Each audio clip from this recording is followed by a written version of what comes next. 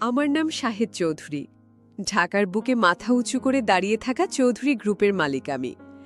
টাকা, সম্মান, প্রতিপত্তি কোনো কিছুরই অভাব ছিল না আমার জীবনে।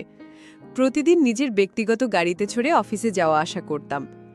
আমার জীবনটা ছিল ঘড়ির কাঁটার মতো, সঠিক, নিয়মমাফিক এবং কিছুটা একঘেয়ে। আমার স্ত্রী নাফিসা চৌধুরী। একদিন সকালে অফিসে যাচ্ছিলাম। গুলশানের সিগন্যালে গাড়িটা থামতেই জানালার পাশে একটি ছেলে এসে দাঁড়ালো। বয়স 17-18 হবে। ফর্সা রং, টানা টানা চোখ, চেহারায় কেমন যেন একটা অভিজাত্যের ছাপ। কিন্তু পরনের পোশাকটা ময়লা, চুলগুলো উস্কো খুস্কো।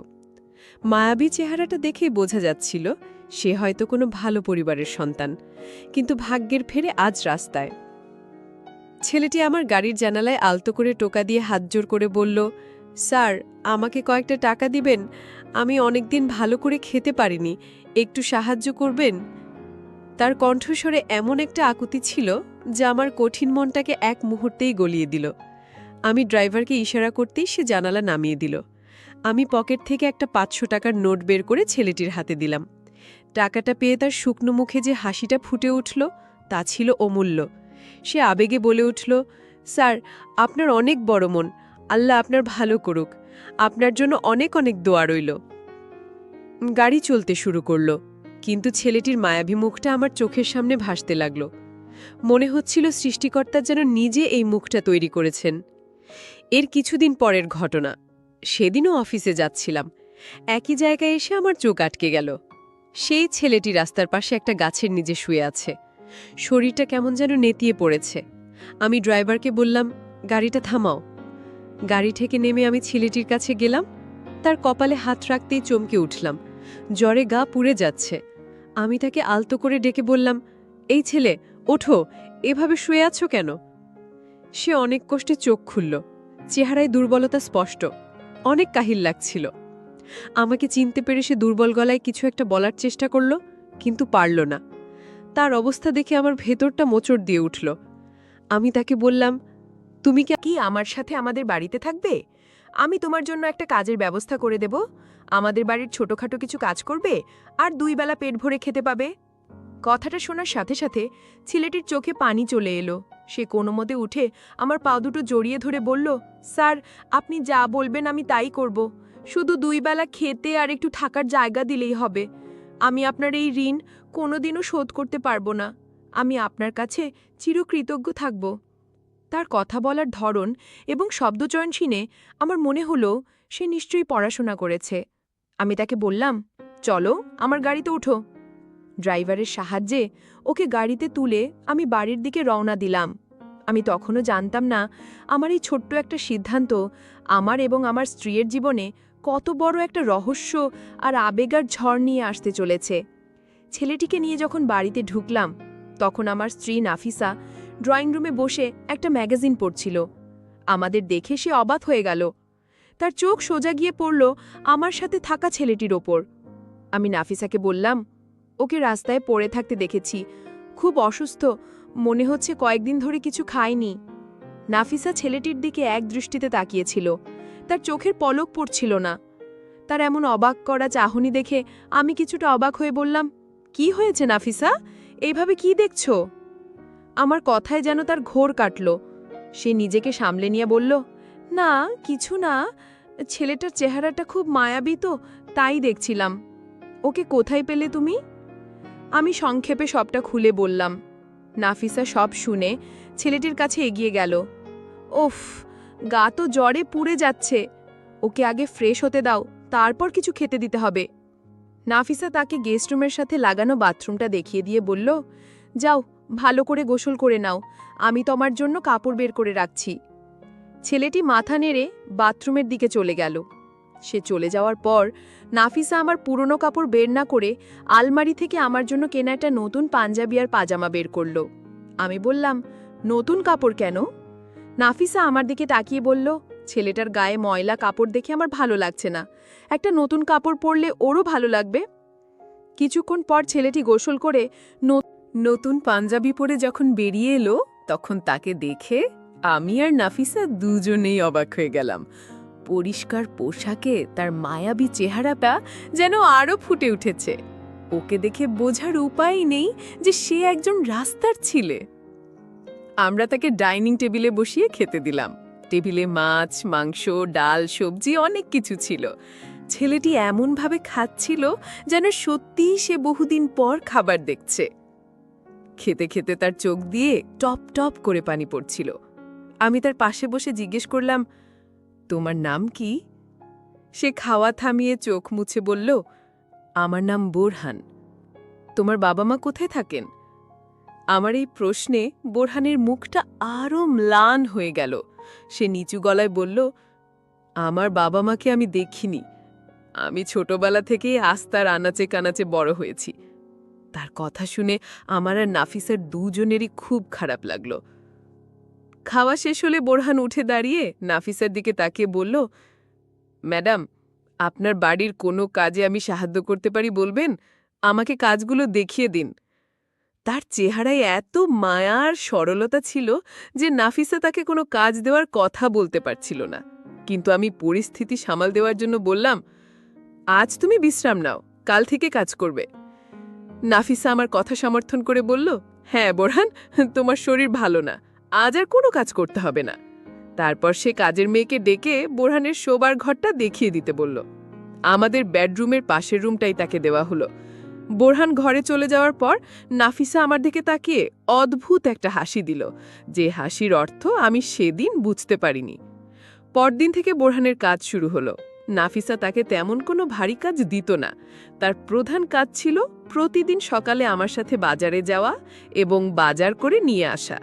এছাড়া বাড়ির অন্যান্য কাজের জন্য তো কাজের লোক ছিলই। একদিন সকালে বোরহান বাজার করে ফেরার পর খরচের হিসাব দিয়ে কিছু টাকা নাফিসার হাতে ফেরত দিল। নাফিসা টাকাটা না নিয়ে বলল, টাকাটা তুমি রেখে দাও বোরহান, তোমার হাত খরচের জন্য লাগবে। বোরহান মাথা নেড়ে বলল, না ম্যাডাম, আমি অতিরিক্ত টাকা রাখতে পারবো না। সাহেব আমাকে বেতন দেবেন, তাতেই আমার চলে যাবে। নাফিসা কিছুটা জোর দিয়ে বলল, আমি বলছি তুমি রাখো, এটা আমার তরফ থেকে। বোরহান ইতস্তত করে টাকাটা নিল। কিন্তু সেদিন থেকেই আমি একটা জিনিস লক্ষ্য করতে শুরু করলাম। নাফিসা প্রায়ই বোরহানের দিকে তাকিয়ে থাকত, কেমন একটা অদ্ভুত অনুসন্ধিৎসু দৃষ্টিতে। মাঝে মাঝে মনে হতো সে বোরহানকে কিছু একটা বলতে চায়, কিন্তু বলতে পারে না। বোরহানও হয়তো বিষয়টা খেয়াল করেছিল, কারণ ম্যাডামের এমন চাহনিতে সে বেশ অস্বস্তিতে পড়ত। আমার মনে হতে লাগলো এই বাড়ির দেয়ালে কোনো একটা রহস্য দানা বাঁধছে, যার কেন্দ্রবিন্দুতে রয়েছে বোরহান এবং আমার স্ত্রী নাফিসা। দিন দিন নাফিসার আচরণ আরও রহস্যময় হয়ে উঠতে লাগল। সে বোরহানের খাওয়া দাওয়া, ঘুম, বিশ্রাম সব কিছুর দিকে তীক্ষ্ণ নজর রাখত। বোরহানের সামান্য সর্দি কাশি হলেও সে অস্থির হয়ে পড়ত। তার এই অতিরিক্ত যত্নআত্তি বোরহানকে আরও বেশি সংকুচিত করে তুলছিল। সে প্রায়ই আমার কাছে এসে বলতো, স্যার, ম্যাডাম আমার জন্য এত কেন করেন? আমি তো এই বাড়ির একজন সাধারণ কাজের লোক। আমি তাকে সান্ত্বনা দিয়ে বলতাম, আরে না, তোমার ম্যাডামের মনটা খুব নরম তো, তাই তুমি এসব নিয়ে বেশি ভেবো না। কিন্তু মনে মনে আমিও চিন্তায় পড়ে গিয়েছিলাম। নাফিসার এই আচরণের কোনো ব্যাখ্যা আমি খুঁজে পাচ্ছিলাম না। একদিন দুপুরে আমি অফিস থেকে বাড়িতে ফিরে দেখি বোরহান মন খারাপ করে বারান্দায় দাঁড়িয়ে আছে। আমি তার কাঁধে হাত রেখে জিজ্ঞেস করলাম, কি হয়েছে বোরহান, তোমার মন খারাপ কেন?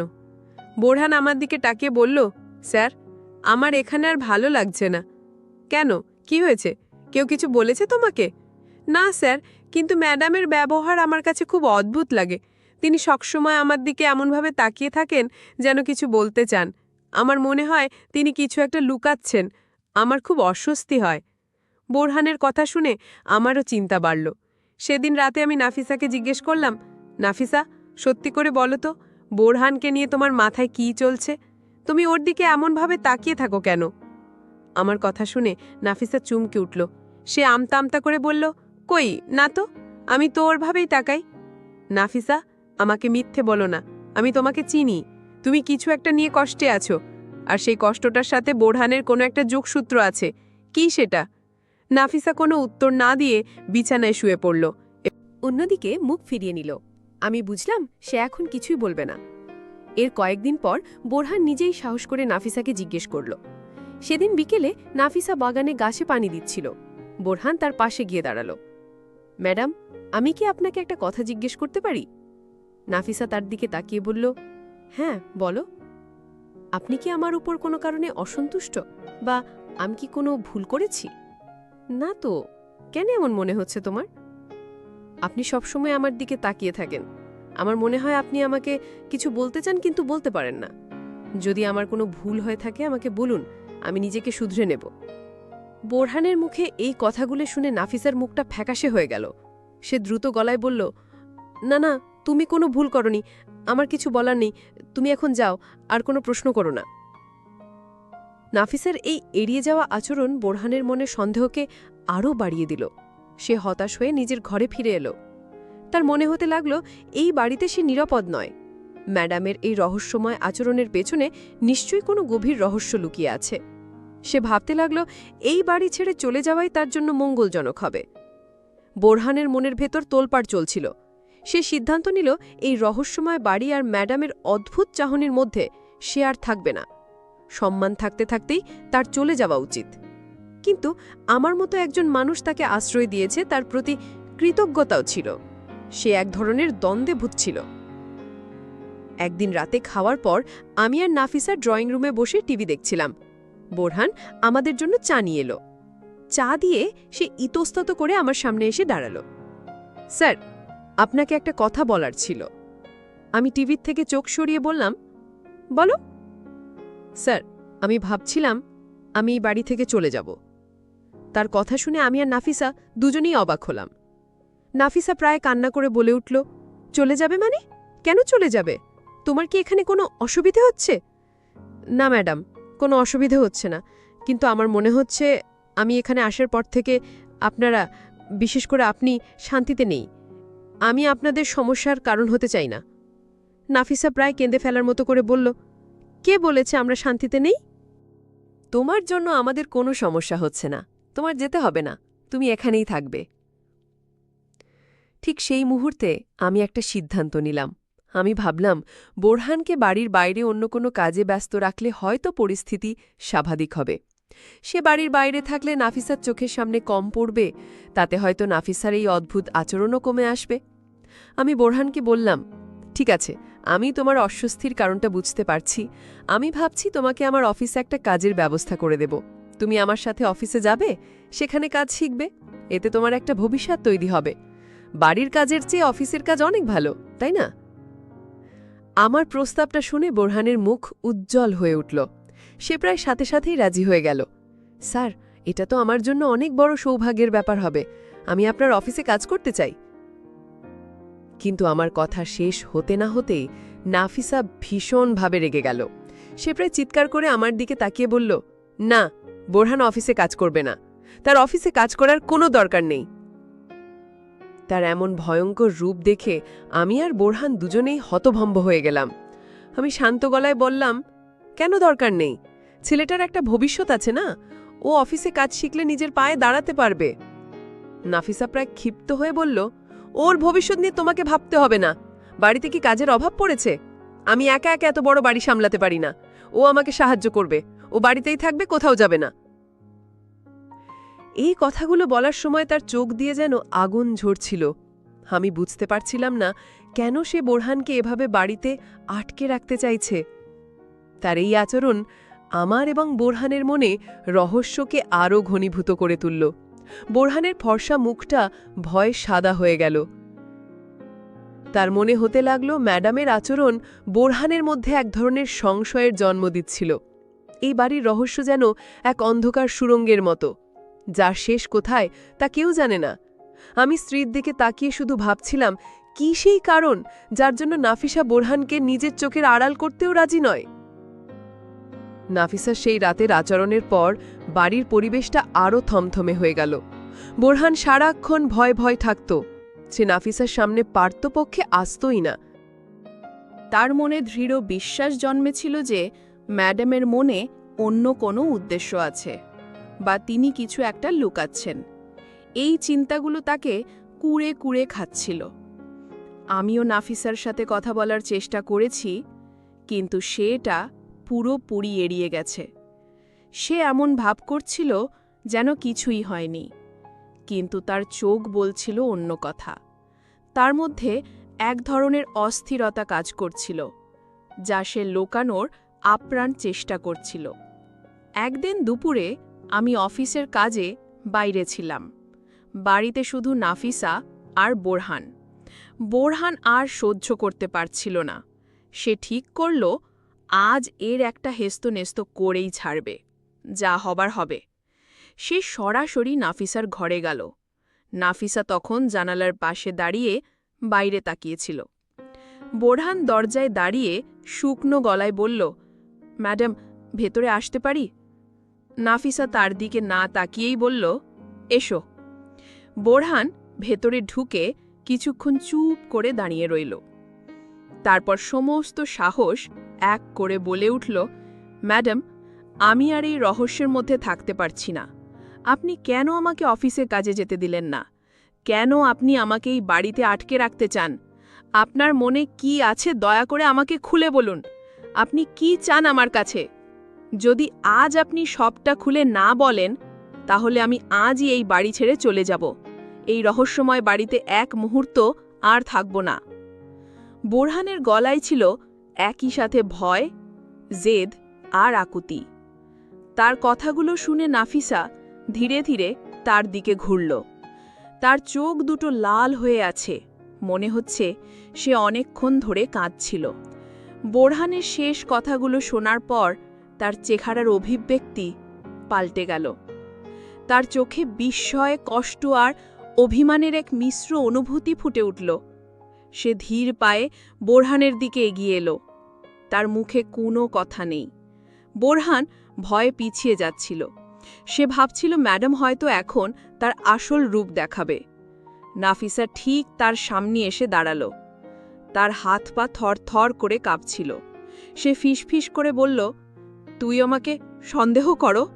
তুই ভাবিস আমি তোর ক্ষতি চাই? বোরহান কোনো উত্তর দিতে পারল না। সে শুধু তাকিয়ে রইল। হঠাৎ করেই নাফিসা তার সমস্ত আবেগ ধরে রাখতে না পেরে বোরহানের সামনে ম্যাডাম কাঁদতে কাঁদতে বললেন, আমি আজ তোকে সব সত্যি কথা বলবো। আমার কষ্ট জানতে চাস তুই? তাহলে শোন। বোরহান হতভম্ব হয়ে দাঁড়িয়ে রইল। সে বুঝতে পারছিল বহু বছর ধরে জমে থাকা কোনো এক কষ্টের বাঁধ আজ ভাঙতে চলেছে। যে রহস্যের উত্তর সে খুঁজছিল তা হয়তো আজ সে পেতে চলেছে, কিন্তু তার জন্য সে প্রস্তুত ছিল কিনা তা সে নিজেও জানত না। আমি কত রাত না ঘুমিয়ে কাটিয়েছি তুই জানিস? কত দিন, কত মাস, কত বছর আমি ওপরওয়ালার কাছে শুধু একটা সন্তানের জন্য কেঁদেছি। তার খবর কি তুই রাখিস? ডাক্তার বলেছে আমি কোনোদিনও মা হতে পারবো না, আমি নিঃসন্তান। এই শব্দটা প্রতিদিন আমাকে তিলে তিলে শেষ করে দেয়। নাফিসা মাটিতে বসে পড়ল। তার কান্নার শব্দে ঘরের বাতাস ভারী হয়ে উঠল। বোরহান পাথরের মতো দাঁড়িয়ে তার কথা শুনছিল। নাফিসা বলতে লাগল, যেদিন তুই প্রথম এই বাড়িতে এলি, ভেজা কাকের মতো ক্ষুধার্ত, অসহায়, সেদিন তোর ওই মায়াবী মুখের দিকে তাকিয়ে আমার মনে হয়েছিল আমার সব প্রার্থনা বুঝি ওপরালা শুনেছে। আমার মনে হয়েছিল তিনি আমার কোলে কোনো সন্তান দেননি ঠিকই, কিন্তু আমার জন্য একটা সন্তান পাঠিয়েছেন। আমি তোর মুখের দিকে তাকিয়ে থাকতাম, কারণ তোর ওই চেহারার মধ্যে আমি আমার না জন্মানো সন্তানকে খুঁজে পেতাম। তোর যত্ন নিতাম, কারণ আমি ভাবতাম আমার যদি একটা ছেলে থাকতো আমি ঠিক এভাবেই তার যত্ন নিতাম। তুই যখন অসুস্থ ছিলি, আমার মনে হচ্ছিল আমার নিজের পৃথিবীটা বুঝি অসুস্থ হয়ে পড়েছে। বোরহানের চোখ দিয়েও পানি গড়িয়ে পড়ছিল। তার এতদিনের সব ভুল ধারণা, সব ভয়, সব সন্দেহ এক মুহূর্তের মধ্যে কাঁচের মতো ভেঙে চুরমার হয়ে যাচ্ছিল। নাফিসা আঁচলে চোখ মুছে আবার বলল, তোর সাহেব যখন তোকে অফিসে পাঠাতে চাইল, আমার বুকটা ভয়ে কেঁপে উঠেছিল। আমার মনে হয়েছিল আমার চোখের মনি আমার থেকে দূরে চলে যাবে। তুই অফিসে গেলে সারাদিন তোকে দেখতে পাবো না, এই চিন্তাটা আমি সহ্য করতে পারছিলাম না। আমি স্বার্থপরের মতো তোকে আগলে রাখতে চেয়েছিলাম, কারণ তুই আমার এই শূন্য জীবনে আশার আলো হয়ে এসেছিস। তোর কষ্ট হবে, তুই সারাদিন পরিশ্রম করবি, এটা ভেবেই আমি তোকে কাজে যেতে দিইনি। আমি চেয়েছিলাম তুই আমার চোখের সামনে থাকবি, আমার সন্তান হয়ে। আর তুই আমাকেই সন্দেহ করলি? ভাবলি আমি তোর ক্ষতি করব? কথাগুলো বলে নাফিসা কান্নায় ভেঙে পড়ল। কথাগুলো বোরহানের হৃদয়ে তীরের মতো বিঁধছিল। সে আর দাঁড়িয়ে থাকতে পারল না।